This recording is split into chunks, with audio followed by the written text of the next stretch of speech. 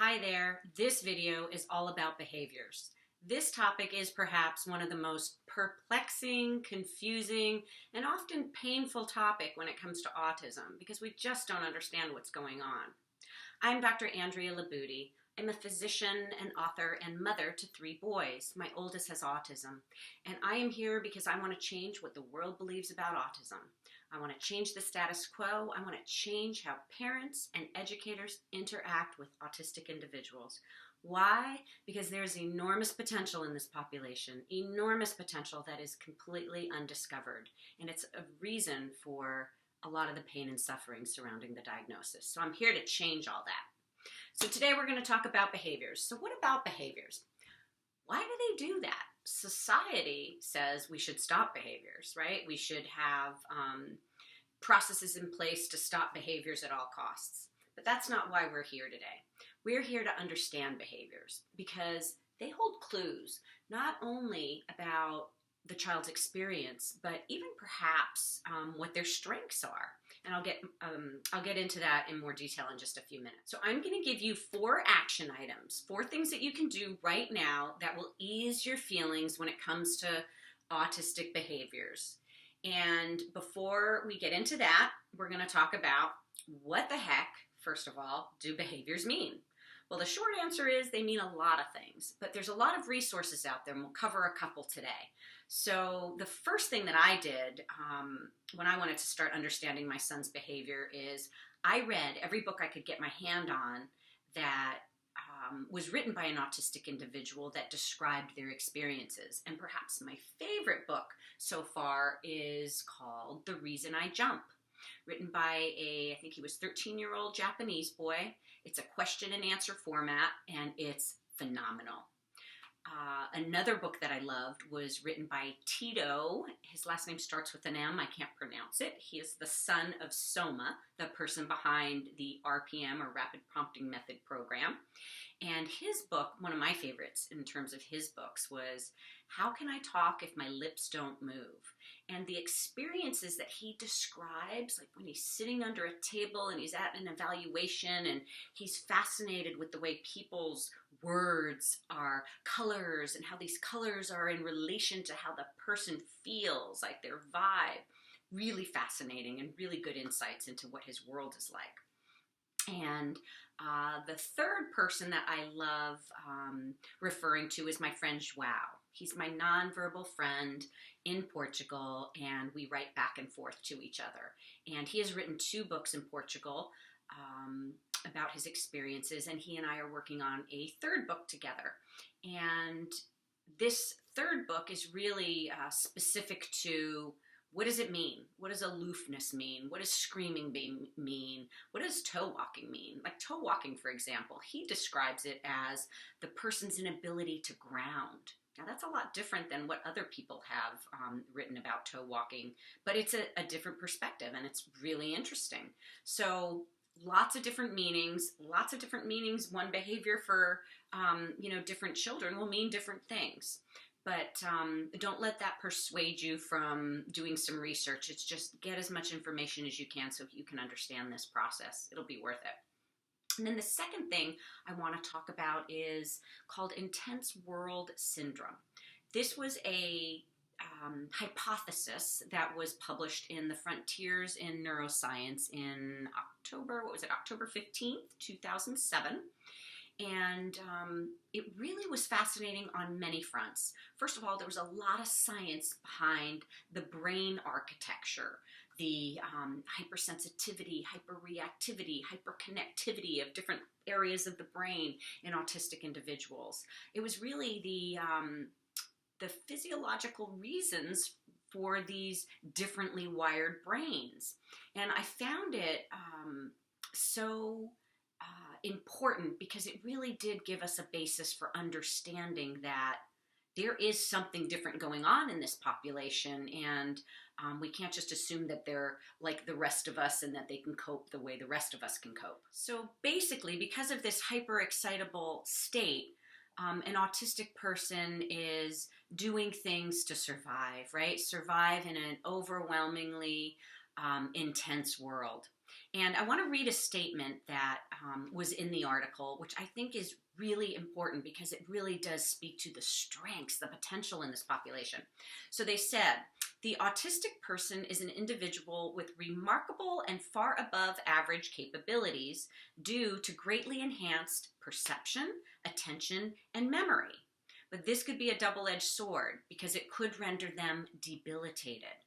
So it's important because understanding that, we can make tools, we can create an environment to help them. It's really mind-blowing when you think about it, what we can do with this information. So this leads us to why understanding behaviors is critical. It's critical first and foremost to the relationship and the connection that you have with your child. And I'm going to give you an example of how I did this with my own son. So one evening, my two boys were upstairs, my third son was downstairs, my son with autism, and he was playing with a marble run game. And he had these blocks. It's called Cube Maze. You guys can look it up. But they're these square cubes, and they come in different colors, red and blue and green and yellow and white.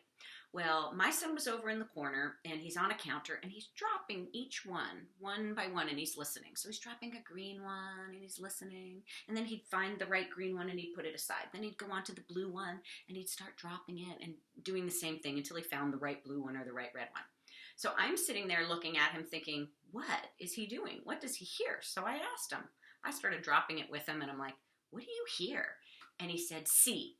And then he said D. So he was hearing the musical notes, or as close, I guess, as he could get to the musical notes in these marble run plastic pieces. Now, that is a profound discovery on my part that he could actually do that. And number two, what would my relationship with him have suffered if I had just decided, oh my gosh, look at him, he's in the corner, he's acting very autistic, let's stop that, it's time for bed. But instead I showed up with curiosity and I understood something about his world, and quite frankly, something that's really, a talent that he has. So it's really, really important to think about what your child is doing in a different mindset, in a mindset of curiosity. But we'll get to the action items for you in a little bit. So the other thing I want to talk about is why stopping behaviors is bad. You're doing a huge disservice to a person that is trying to cope with an intense, overwhelming world. And I'll give you an example. I remember this it was probably about 2 years ago. There was a Facebook post, and it was about this teenage boy who had autism. He was in an assembly, and he was sitting in the corner, and he was kind of crouched down, and it was obvious that the excitement of the assembly, the noise, everything was overwhelming him. And this child darted for the door. He just wanted to get out of there. And the special ed, one-on-ones or whatever, ran after him, and they literally dragged him from outside back into the assembly, like he was kicking and screaming and clearly did not want to be in there, kicking and screaming. Meanwhile, the assembly is cheering him on. Yay, he's back. At what cost are we doing things to make our kids fit in or be normal? I remember the response that a girl wrote about witnessing this whole thing, and I think she had Asperger's or some sensitivities, and she was heartbroken, just heartbroken that the priority was to make this kid fit in, to put him into mainstream, to have him sit and attend like the rest of the gang. What would happen if someone said, whoa, this is too overwhelming? So what? Why does he need to sit in this assembly, right? If they took a different approach, the outcome would be so much better, not only for this poor child, but also for the connection and relationship and the trust and the self-esteem that this child's feelings actually mattered. Really important stuff. So let's go on now to the 4 action items. These are 4 things that you can do right now that will foster a relationship and a connection with your child. Now, the first one is look with curiosity. Remember the Cuba Maze example when I was looking at my son with curiosity? When you do that, you are accepting and not judging and really trying to discover what it is that's going on in your child's world. really important to building a relationship with him or her. The second thing is, when you seek to understand the behavior, you are then telling your child that you're interested. Like, I want to know what's going on in your world. So when you're seeking to understand the behavior versus extinguishing the behavior, you're opening up this this beautiful exchange that involves, basically saying to your child, whatever you're doing is okay. It's okay. You're doing what you need to do. And I'm curious. I want to see what your world is all about, right? You want these kids to come into our world? Why don't we step into their world first? Which leads me to number 3. Now, this is going to be radical. It seems kind of radical, but it is something that I did for 3 years with my son, and that is join the behavior. Now, most people are like, what? Join the behavior? That sounds crazy. But if you look into a program called the Sunrise Program, for which I ran a Sunrise program for my son at home. He was homeschooled for 3 years.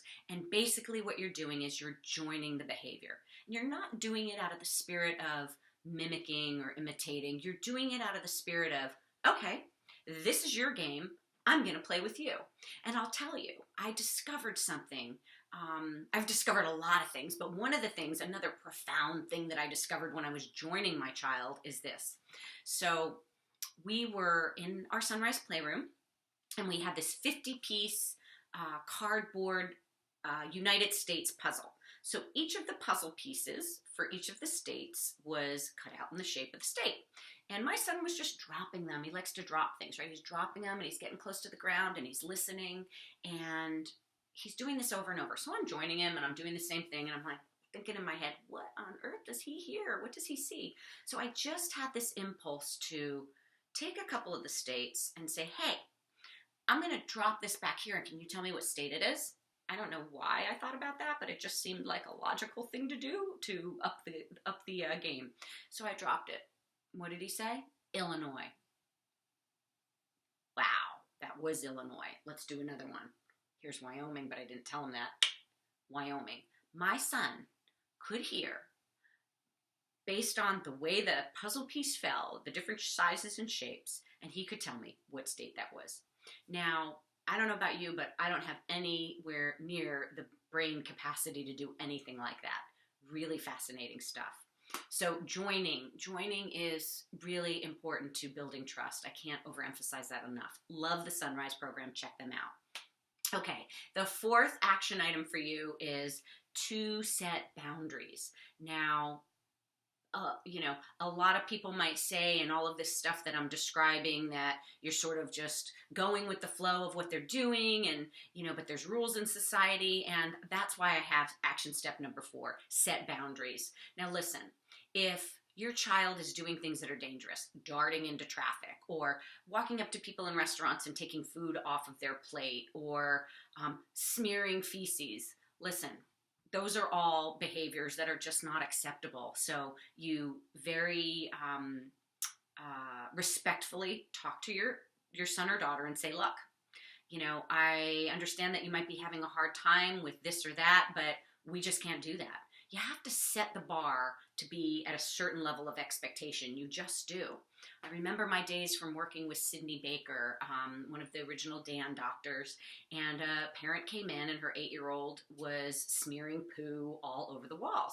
And Sydney just looked at her and said, you know what? It's not acceptable. You just have to, your bar is set right here. You got to raise that bar. Your child will rise to the expectation.